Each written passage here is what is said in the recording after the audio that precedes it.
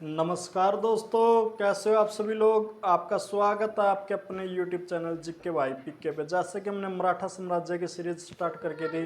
पहली वीडियो में हमने शिवाजी के बारे में पढ़ा, दूसरी वीडियो में हमने संभाजी महाराज के बारे में पढ़ा। आज हम पढ़ेंगे संभाजी महाराज से के जो उत्तराधिकारी हुए उनके बारे में और पेशवाओं के बारे में पढ़ेंगे भाई, ठीक है ना। तो भाई सब स्टार्ट करते हैं। सबसे पहले यानी कि मराठा साम्राज्य में, जैसे कि हमने पिछली वीडियो में बताया भाई, 1679 में क्या हो जाती है, यानी कि संभाजी महाराज की क्या हो जाती है, मृत्यु हो जाती है। यानी कि 1679 में यानी कि संभाजी महाराज की मृत्यु के बाद यानी कि कौन राजा बनता है, राजा राम राजा बनता है। कौन राजा, राजा राम क्या बनता है, राजा बनता है। और जो राजा राम होता है ये कौन होता है, ये संभाजी महाराज का क्या होता है, छोटा भाई होता है, ठीक है ना। यानी कि शिवाजी का दूसरे नंबर का बेटा कौन होता है, राजा राम होता है। तो इनकी मृत्यु के बाद राजा राम नए छत्रपति बनते हैं, यानी कि नए छत्रपति बनते हैं। और ये यानी कि जब ये छत्रपति बनते हैं ये अपनी राजधानी को कहाँ पे शिफ्ट करते हैं, यानी कि कहाँ पे स्थानांतरण कर देते हैं, सतारा में। कहाँ पे, सतारा में, ठीक है ना। यानी कि जो राजा राम होता है ये अपनी राजधानी किसको बनाते हैं, सतारा को अपनी राजधानी बनाते हैं भाई, ठीक है ना।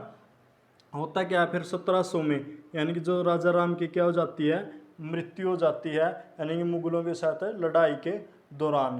तो इनकी मृत्यु के बाद यानी कि क्या होता है, जो इनकी पत्नी होती है, इनकी पत्नी का नाम क्या होता है, ताराबाई होता है। ताराबाई, ताराबाई कौन होती है, राजा राम की पत्नी होती है। वो क्या करती है, अपने बेटे यानी कि ताराबाई और राजा राम के जो बेटा का नाम क्या होता है, शिवाजी द्वितीय, क्या होता है, यानी कि शिवाजी यानी कि द्वितीय, शिवाजी द्वितीय को क्या बना देती है, राजा बना देती है। और जिस टाइम शिवाजी द्वितीय राजा बनते हैं वो कितने साल के होते हैं, 4 वर्ष के होते हैं, ठीक है ना। कहने के लिए शिवाजी द्वितीय राजा था, लेकिन वास्तविक राजा कौन था, यानी कि ताराबाई थी भाई। यानी कि वास्तविक शासक कौन थी, ताराबाई थी भाई, ठीक है ना। लेकिन कहने के लिए कौन थे, शिवाजी द्वितीय थे भाई, ठीक है ना। फिर दूसरी तरफ क्या होता है भाई, 1707 में, यानी कि 1707 में क्या होता है, औरंगजेब की क्या हो जाती है, मृत्यु हो जाती है भाई। यानी कि 1707 में क्या होता है, औरंगजेब की मृत्यु हो जाती है भाई। और औरंगजेब की मृत्यु होने के बाद जो मुगल साम्राज्य है वो कमज़ोर होना पड़ जाता है। और 1707 में औरंगजेब की मृत्यु के बाद यानी कि जो साहू होते हैं, क्यों कौन, साहू, साहू कौन होता है, साहू संभाजी महाराज का बेटा होता है भाई। तो साहू क्या होता है, उस टाइम क्या होता है, मुगलों की कैद में होता है। तो 1707 में जो यानी कि औरंगजेब की मृत्यु के बाद साहू मुगलों की कैद से छूट के भाग जाता है। यानी कि वो कहाँ पे कैद होते हैं, भोपाल में कैद होते हैं, और वहाँ से वो भाग जाते हैं। और भाग के कहाँ जाते हैं, महाराष्ट्र आ जाते हैं। और महाराष्ट्र में आके फिर साहू के बीच में, यानी कि 1707 में साहू और ताराबाई और ताराबाई इनके बीच में क्या होता है, युद्ध होता है। और इस युद्ध को किस नाम से जाना जाता है, इस युद्ध को खेड़ा युद्ध के नाम से जाना जाता है, खेड़ा युद्ध के नाम से जाना जाता है। और इस युद्ध में किसकी विजय होती है, साहू की विजय होती है। और इस प्रकार साहू अपना राज्याभिषेक कब करवाते हैं, 1708 में साहू का राज्याभिषेक होता है। कहाँ पे होता है, सतारा में। कहाँ पे होता है, सतारा में इनका राज्य अभिषेक होता है। और साहू क्या बन जाते हैं, नए छत्रपति बन जाते हैं भाई, ठीक है ना। और साहू छत्रपति बनने के बाद साहू क्या करते हैं, एक नवीन मराठा साम्राज्य की स्थापना करते हैं। कई बार पूछा जाता है भाई, नवीन मराठा साम्राज्य की स्थापना किसने की थी, साहू ने की थी। और साहू क्या करते हैं, जो अपने पैतृक प्रधानमंत्री होते हैं पेशवा, उनकी क्या करते हैं, नियुक्ति करते हैं और उनको कुछ अधिकार देते हैं भाई।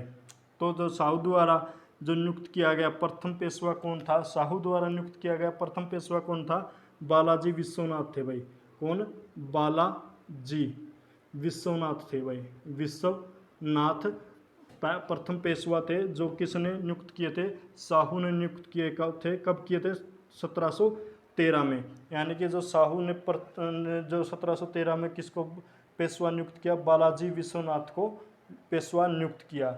और कहते हैं कि 1720 में क्या हो जाती है, बालाजी विश्वनाथ की क्या हो जाती है, मृत्यु हो जाती है। और उसकी मृत्यु के बाद कौन कौन शासक बनता है, इसकी मृत्यु के बाद बालाजी प्रथम, यानी कि कौन राजा बना, बालाजी, बालाजी प्रथम यानी कि बालाजी प्रथम क्या बनते हैं, पेशवा बनते हैं भाई। और बालाजी प्रथम पेशवा होते हैं, ये बहुत ही महान योद्धा बनते हैं भाई। बाद में क्या होता है, बहुत ही महान योद्धा बनते हैं। और ये क्या करते हैं, ये मतलब मुगलों की कमज़ोर हो रही स्थिति का फ़ायदा उठाना चाहते हैं। और ये क्या करते हैं भाई, शाहू को उत्साहित करते हैं दिल्ली पे आक्रमण करने के लिए। और ये शाहू को बोलते हैं, शाहू को क्या बोलते हैं, आओ हम इस बूढ़े वृक्ष या जो कि पूरी तरह से खोखला हो चुका है, यानी कि इस पे वार करते हैं, इसके खोखले तने पे वार करते हैं, तो जो वृक्ष की शाखाएं अपने आप टूटकर गिर जाएंगी।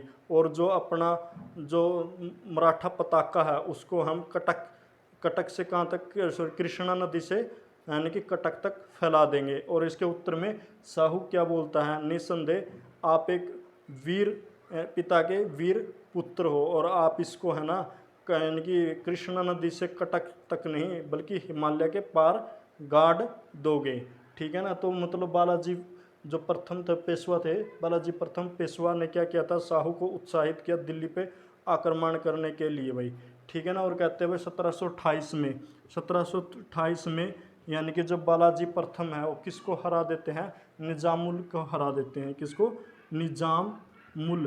निजामुल को क्या कर देते हैं, हरा देते हैं भाई। और निजामुल को हराने के बाद है ना मराठों की और शक्ति बढ़ जाती है। और उसके बाद क्या होता है, जब बालाजी प्रथम होते हैं 1737 में किस पे दावा बोल देते हैं, दिल्ली पे दावा बोल देते हैं। किस पे दावा बोल देते हैं भाई, दिल्ली पे दावा बोल देते हैं। कई बार ये भी एग्जाम में क्वेश्चन आता है भाई ऐसा कौन सा पेशवा था जिसने दिल्ली पे आक्रमण किया था, वो कौन था, बालाजी प्रथम था। और कहते हैं उस समय दिल्ली का शासक कौन था, उस समय दिल्ली का शासक मोहम्मद शाह रंगीला था। कौन था, मोहम्मद शाह रंगीला था, यानी कि मोहम्मद शाह रंगीला उसका यानी कि मोहम्मद शाह रंगीला उसका कौन था, रंगीला, ठीक है, रंगीला कौन था, उसका शासक था। और कहते हैं मोहम्मद शाह रंगीला को जब पता चला कि भाई बालाजी ने आक्रमण कर दिया तो दिल्ली छोड़कर भाग गया था भाई, ठीक है ना। वो क्या कहता, मोहम्मद शाह रंगीला दिल्ली छोड़कर भाग गया था भाई।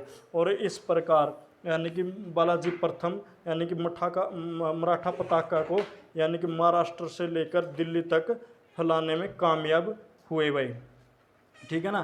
तो कहते हैं भाई 1740 में क्या हो जाती है, बालाजी प्रथम की क्या हो जाती है भाई, मृत्यु हो जाती है। और जो ये बालाजी प्रथम थे किसकी वजह से सुर्खियों में रहे थे, मस्तानी की वजह से, यानी कि मस्तानी की वजह से सुर्खियों में रहे थे। मस्तानी क्या थी, एक मुस्लिम औरत थे जिसके साथ इसके क्या थे, संबंध थे। और उन संबंधों के कारण ये सुर्खियों में रहे थे, तभी कई बार बोला भी जाता है बालाजी मस्तानी, ठीक है ना, ठीक है। तो उसके बाद 1740 में इनकी मृत्यु होने के बाद कौन पेशवा बनता है, इसकी मृत्यु होने के बाद बालाजी बाजीराव पेशवा बनता है भाई। कौन पेशवा बनता है, बालाजी बाजीराव पेशवा बनता है, यानी कि बालाजी बाजीराव क्या बनते हैं, पेशवा बनते, जो ये तृतीय पेशवा कब बनते हैं, 1740 में। और कहते हैं बालाजी बाजीराव के ही समय में पानीपत का कौन सा युद्ध हुआ है, तृतीय युद्ध हुआ है, यानी कि पानीपत का तीसरा युद्ध, यानी कि पानीपत का तीसरा युद्ध कब हुआ था, तीसरा युद्ध 1761 में हुआ था, 14 यानी कि कब हुआ था, 14 जनवरी 1761 को हुआ था भाई। कब हुआ था, 14 जनवरी 1761 को पानीपत का तीसरा युद्ध होता है। किसके बीच में होता है, अहमद शाह अब्दाली, अहमद शाह अब्दाली और मराठों के बीच में हुआ भाई, और मराठों, ठीक है, मराठों के बीच हुआ। और कहते हैं कि भाई अहमद शाह अब्दाली को भारत पर आक्रमण करने के लिए किसने निमंत्रण भेजा था, शाह अब्बास ने नियंत्रण भेजा था। उसने बोला था भाई आप, या जो मराठों की शक्ति दिन प्रतिदिन बढ़ती जा रही है और एक दिन ऐसा आएगा ये पूरे हिंदुस्तान में मराठे ही हो गए, यानी कि जो मराठा शासक ही हो गए और मुसलमानों का जो शासन है, मुगलों का शासन पूरी तरह तबाह हो जाएगा, यानी कि ख़त्म हो जाएगा। तो उसने क्या था, अहमद शाह अब्दाली को क्या भेजा था, शाह अब्बास ने लेटर भेजा था दिल्ली पर आक्रमण करने के लिए, यानी कि मराठों पर आक्रमण करने के लिए। और 14 जनवरी 1761 में अहमद शाह अब्दाली और मराठों के बीच में क्या होता है, एक भयंकर युद्ध होता है पानीपत के मैदान में। और इस युद्ध में किसकी विजय होती है, अहमद शाह अब्दाली की विजय होती है। और इस युद्ध के बाद कहते हैं कि भाई जो ये बालाजी बाजीराव है ना, काफ़ी सदमे में चले गए थे। और इस हार के गम को न सह पाने के कारण 1761 में बालाजी बाजीराव की क्या हो जाती है, मृत्यु हो जाती है भाई। क्या हो जाती है, मृत्यु हो जाती है भाई। और बालाजी बाजीराव के बाद कौन पेशवा बनता है, और एक कहते हैं ना 1750 में एक संधि होती है भाई, 1750 में एक संधि होती है। उस संधि के अनुसार यानी कि जो पेशवा होता है, पेशवा के पास सारे के सारे अधिकार क्या हो जाते हैं, संरक्षित हो जाते हैं भाई। ठीक है, तो इसके बाद 1761 के बाद कौन पेशवा बनता है, 1761 के बाद माधव राव नारायण प्रथम क्या बनते हैं, यानी कि पेशवा बनते हैं भाई। कौन पेशवा बनते हैं, माधव राव नारायण प्रथम क्या बनते हैं, पेशवा बनते हैं। और कहते हैं माधव राव नारायण प्रथम की हत्या कौन कर देता है, 1774 में इसके चाचा होते हैं जिसका नाम क्या होता है, राघव होता है, वो क्या कर देता है, इनकी हत्या कर देता है भाई। और अंतिम जो पेशवा कौन होता है भाई, अंतिम पेशवा होता है बाजीराव द्वितीय, यानी कि बाजीराव द्वितीय कौन होता है भाई, यानी कि द्वितीय कौन होता है, अंतिम पेशवा होता है भाई। कौन होता है, अंतिम पेशवा होता है। और इसके बाद मतलब क्या होता है, यानी कि बाजीराव द्वितीय के बाद क्या होता है, यानी कि जो अंग्रेज होते हैं ये क्या होते हैं, एक संधि के अनुसार जो इनकी जो मराठा की शक्ति का पूरी तरह से पतन कर देते हैं। और बाद में किसके अधीन हो जाता है, सारा सारा मराठा साम्राज्य अंग्रेजों के अधीन हो जाता है। और कहते हैं भाई 1761 के पानीपत के तृतीय युद्ध के बाद माधवराव नारायण द्वितीय प्रथम ने क्या किया था, मराठों की खोई हुई शक्ति को पुनः हासिल करने का प्रयत्न किया था। और इसने क्या किया था भाई, जो दिल्ली का जो मुगल बादशाह था उसको अंग्रेज़ों की पेंशन भोगी से हटाकर मराठों की पेंशन भोगी बना दिया था और उसको पुनः गद्दी पे बिठाया था। ठीक है ना। और अंतिम पेशवा कौन था, बाजीराव द्वितीय अंतिम पेशवा था। तो ये था भाई मराठों के बारे में। अगली वीडियो में किसके बारे में पढ़ेंगे, सिख साम्राज्य के बारे में पढ़ेंगे। तब तक जय हिंद, जय भारत, धन्यवाद दोस्तों भाई।